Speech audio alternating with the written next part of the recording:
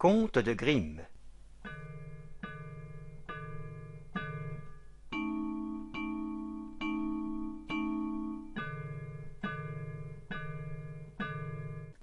Le diable aux 3 cheveux d'or. Il était une fois une pauvre femme qui mit au monde un petit garçon. Comme il était né coiffé, on lui prédit qu'à l'âge de 14 ans, il aurait pour épouse la fille du roi. Peu de temps après, le roi se rendit au village. Personne ne savait que c'était le roi.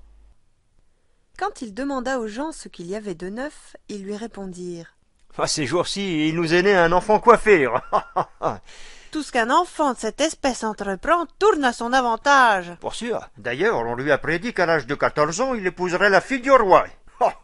Le roi, qui avait le cœur méchant et que la prophétie mit en colère, alla trouver les parents, se donna l'air tout à fait aimable et leur dit « Oh, pauvres gens, confiez-moi votre enfant, je veux me charger de lui. » Ils commencèrent par refuser, mais comme l'étranger leur offrait une grosse somme, ils se dirent « C'est un enfant de la chance. » Cela ne peut que bien tourner pour lui.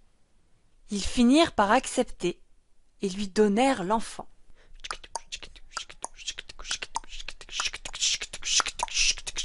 Le roi le mit dans une boîte et partit à cheval avec lui jusqu'au bord d'une eau profonde. Alors il y jeta la boîte en se disant « J'ai débarrassé ma fille de ce prétendant inattendu. » Mais la boîte n'alla pas au fond. Elle vogua comme un petit bateau, et pas une goutte d'eau ne pénétra à l'intérieur. Elle navigua ainsi jusqu'à 2 lieues de la capitale du roi, où se trouvait un moulin au barrage duquel elle resta accrochée. Un jeune meunier qui, heureusement, se trouvait là et l'aperçut, l'attira à lui à l'aide d'un harpon et crut avoir trouvé de grands trésors. Mais quand il l'ouvrit, il n'y vit qu'un beau poupon tout frais et dispos. Il l'apporta au maître du moulin, et comme ceux-ci n'avaient pas d'enfants, ils s'en réjouirent et dirent « C'est Dieu qui nous l'a donné !» Ils prirent bien soin de l'enfant trouvé, et il grandit, orné de toutes les vertus. Il arriva qu'un jour d'orage, le roi entra au moulin et demanda au meunier si ce grand garçon était leur fils. « Ah non, c'est un enfant trouvé. Il y a 14 ans de cela. » Ouais. Il est arrivé dans une boîte jusqu'à notre barrage.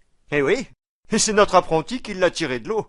Le roi vit alors qu'il ne pouvait s'agir que de l'enfant né coiffé qu'il avait jeté à la rivière. Brave gens. Ce jeune homme ne pourrait-il porter une lettre pour la reine? Je lui donnerai 2 pièces d'or pour sa peine. Oh, à vos ordres, sire. Et ils dirent au jeune garçon de se tenir prêt.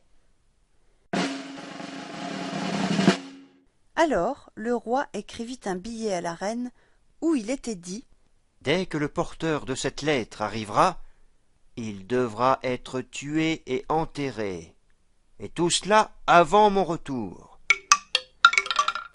Le garçon se mit en route avec cette lettre, mais il s'égara, et il arriva le soir dans une grande forêt. Dans l'obscurité, il vit une petite lumière, se dirigea vers elle et arriva à une petite chaumière. Au moment où il entra, une vieille femme était assise toute seule près du feu. En l'apercevant, elle fut effrayée et dit « D'où viens-tu? Et où vas-tu? »« Je viens du moulin, et je vais chez la reine à qui je dois porter une lettre. Mais comme je me suis perdu dans le bois, je voudrais bien passer la nuit ici. »« Pauvre enfant, tu es tombé dans un repaire de brigands, et quand ils rentreront, ils te tueront. Vienne qui voudra, je n'ai pas peur, mais je suis si fatigué que je ne peux pas aller plus loin. » Il s'étendit sur un banc et s'endormit. Peu après, les brigands rentrèrent, et ils demandèrent avec colère qui était cet étranger. « Ah, c'est un enfant innocent. Il s'est égaré dans la forêt, et je l'ai recueilli. » par pitié. Il doit porter une lettre à la reine. » Les voleurs décachetèrent la lettre et la lurent. Et il était dit qu'aussitôt arrivé, le garçon devait être tué. Alors, les brigands au cœur dur furent pris de pitié. Leur chef déchira la lettre et en écrivit une autre où l'on disait « Dès son arrivée, ce jeune garçon devra être marié à la fille du roi. »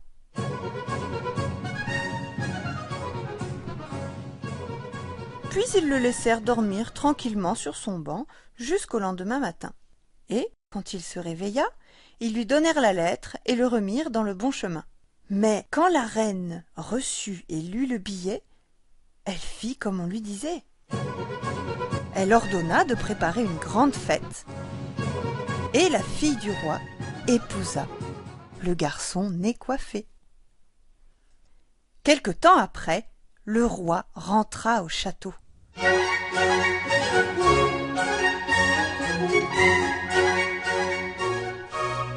Il vit que la prédiction s'était accomplie et que le favori de la fortune avait épousé sa fille. « Comment cela est-il arrivé? L'ordre que je donnais dans ma lettre était tout différent. » Alors la reine lui tendit le billet et lui dit de lire lui-même ce qu'il y avait dedans. « Dès que le porteur de cette lettre arrivera, il faudra le marier avec la fille du roi. » Mais c'est pas ce que j'ai écrit. Quelqu'un a échangé les billets. Ça ne se passera pas comme ça. Arrêtez-moi cette musique. Ah ça non. Celui qui veut avoir ma fille doit aller en enfer me chercher 3 cheveux d'or de la tête du diable. Si tu me rapportes ce que je te demande, tu pourras garder ma fille. Le roi espérait qu'ainsi il serait débarrassé de lui à tout jamais. Mais l'enfant né coiffé répondit. « Oh, j'irai bien chercher les 3 cheveux d'or, je n'ai pas peur du diable. » Là-dessus, il fit ses adieux et entreprit son voyage.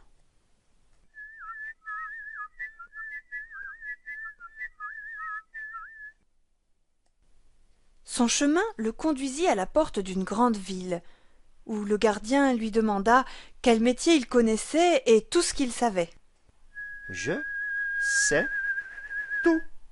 Je sais tout. »« En ce cas, dit le gardien, tu peux nous rendre un service en nous disant pourquoi la fontaine de notre marché, d'où le vin jaillissait d'ordinaire, s'est tarie et ne donne même plus d'eau. »« Oh, vous le saurez. Attendez seulement mon retour. » Puis il continua son chemin et arriva à la porte d'une autre ville, où le gardien lui demanda de nouveau quel métier il connaissait et tout ce qu'il savait. « Je sais tout. Je sais tout. En ce cas, tu peux nous rendre un service, n'est-ce pas? En nous disant pourquoi un arbre de notre ville, n'est-ce pas, qui d'habitude donnait des pommes d'or, n'est-ce pas, ne porte même plus de feuilles à présent. N'est-ce pas? Oh, mais vous le saurez. Attendez seulement mon retour. Puis il continua son chemin et arriva au bord d'une grande rivière qu'il lui fallait traverser. Le passeur lui demanda quel métier il connaissait et tout ce qu'il savait. « Je sais tout. Je sais tout. En ce cas, flic, floc, tu peux me rendre un service? Flic, dit le passeur, floc, en me disant pourquoi je dois naviguer continuellement d'une rive à l'autre, sans être jamais relayé. Eh bien, tu le sauras, flic-floc. Attends seulement mon retour. »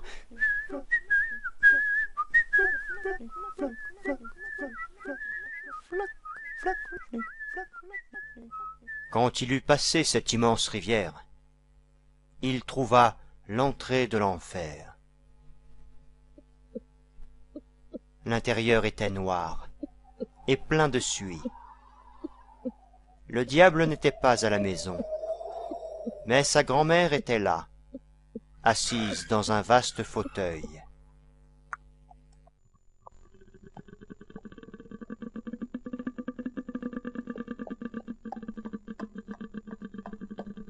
Que veux-tu? Elle n'avait pas l'air bien méchant. Je voudrais 3 cheveux d'or de la tête du diable, sans quoi je ne pourrais pas garder ma femme. C'est beaucoup demandé. Si le diable te trouve en rentrant, tu risques ta peau. Mais tu me fais pitié. Je vais voir à te venir en aide.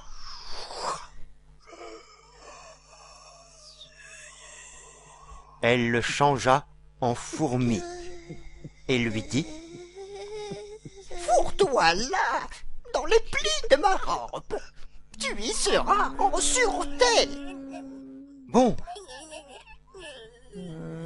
Mais je voudrais encore savoir 3 choses. Pourquoi une fontaine d'où le vin jaillissait d'ordinaire s'est tarie et ne donne même plus d'eau? Et pourquoi un arbre qui d'habitude donnait des pommes d'or ne porte même plus de feuilles? Et pourquoi un passeur doit faire la navette sans cesse d'une rive à l'autre sans jamais être relayé? Mais ce sont des questions difficiles. Tiens-toi tout à fait tranquille et fais attention à ce que le diable dira quand je lui arracherai les 3 cheveux d'or. Le soir venu, le diable rentra chez lui. À peine eut-il mis le pied dans la maison qu'il s'aperçut que l'air n'était pas pur.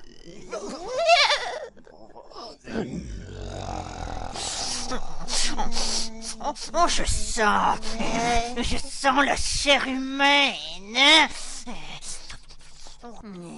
Il y a quelque chose de louche par ici.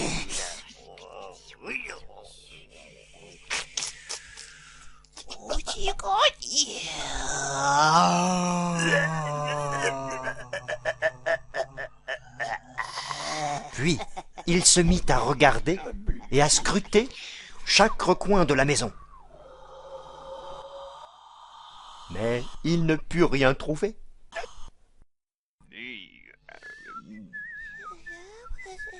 Non mais...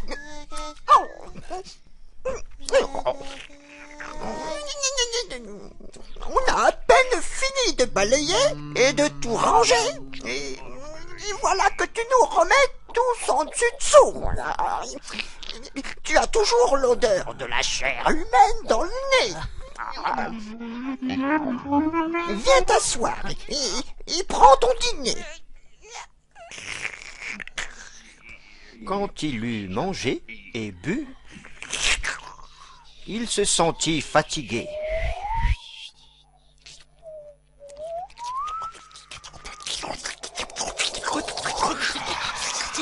Il mit sa tête sur les genoux de sa grand-mère et lui demanda de l'épouiller un peu.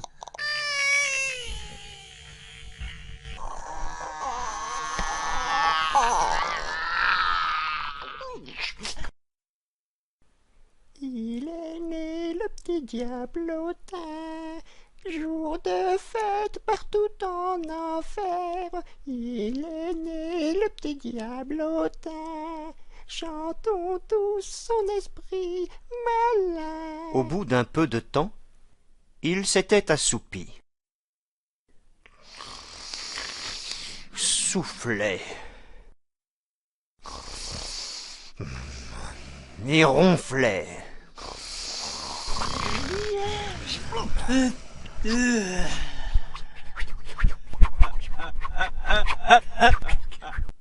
Alors, la vieille saisit un cheveu d'or, l'arracha et le mit à côté d'elle. Qu'est-ce qui te prend? Qu'est-ce qui te prend? J'ai fait un mauvais rêve. C'est pourquoi je t'ai pris par les cheveux. Oh, mais qu'as-tu donc rêvé? J'ai rêvé qu'une fontaine, D'où le vin jaillissait d'ordinaire, s'est tarie et ne donne même plus d'eau. Bizarre, cette voix. Qu'est-ce qui peut en être la cause? Oh, moi s'il le savait. Il y a un crapaud sous une pierre de la fontaine. Lorsqu'ils le tueront, le vin se remettra à couler. La grand-mère recommença à l'épouiller jusqu'à ce qu'il se rendormit et ronfla, à faire trembler les vitres. Le petit diable hautain, chantons tous son esprit malin. Alors, elle lui arracha le deuxième cheveu. Qu'est-ce que tu fais? Oh, mais ne te fâche pas. Je l'ai fait en rêve. Qu'as-tu donc encore rêvé? J'ai rêvé que, dans un certain royaume, il y avait un arbre fruitier Qui d'habitude donnait des pommes d'or, n'est-ce pas, ne porte même plus de feuilles à présent. N'est-ce pas? vraiment très curieux. Je me demande bien ce qui pourrait en être cause.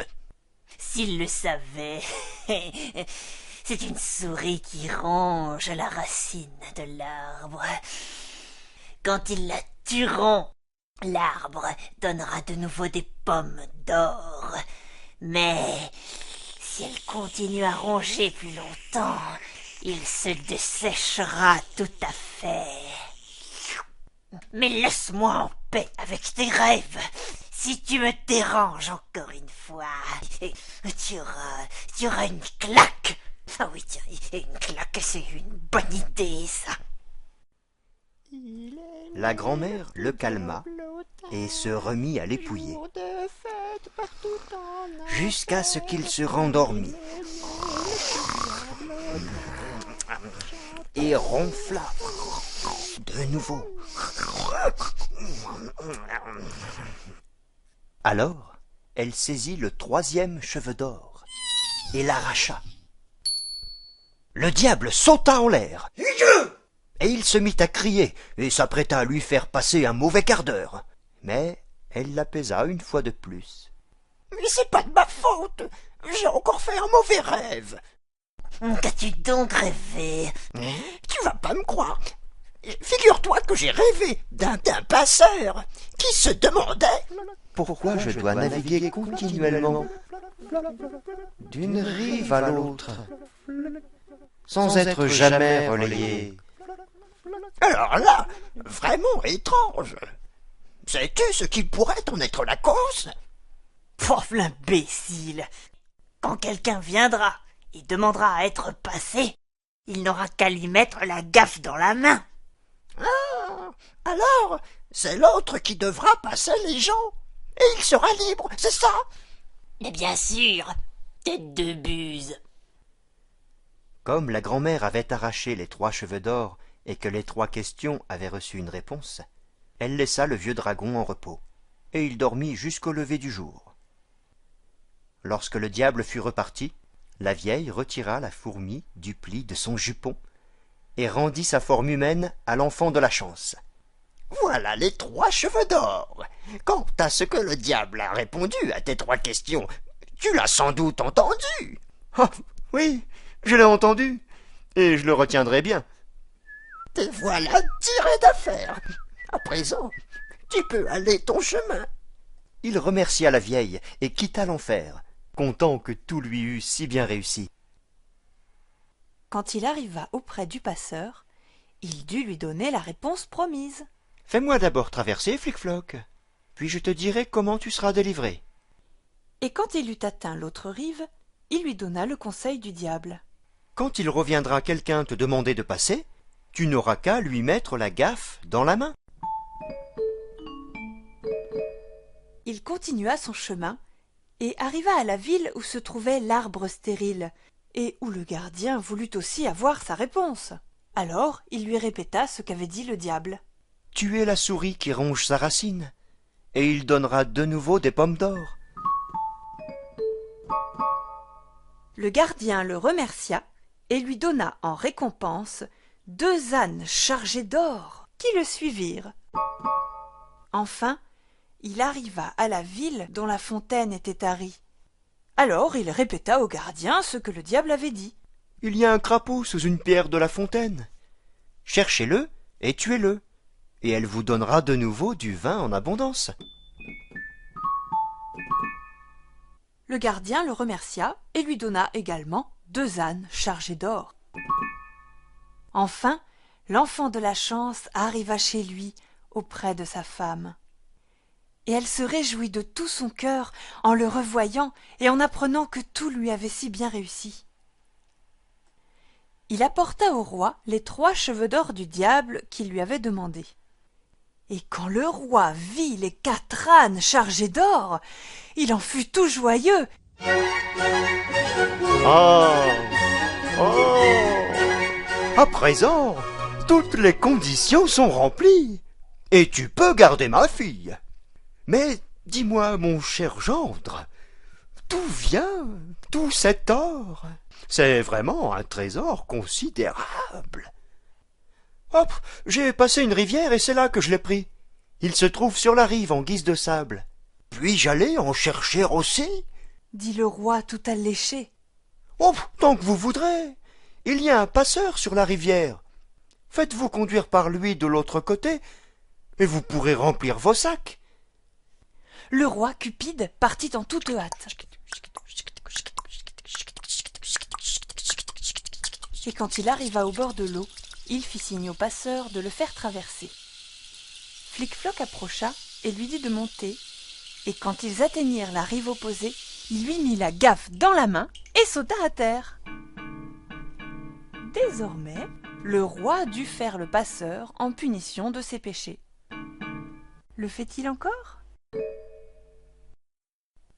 Et quoi? Il ne se sera trouvé personne pour lui prendre sa gaffe?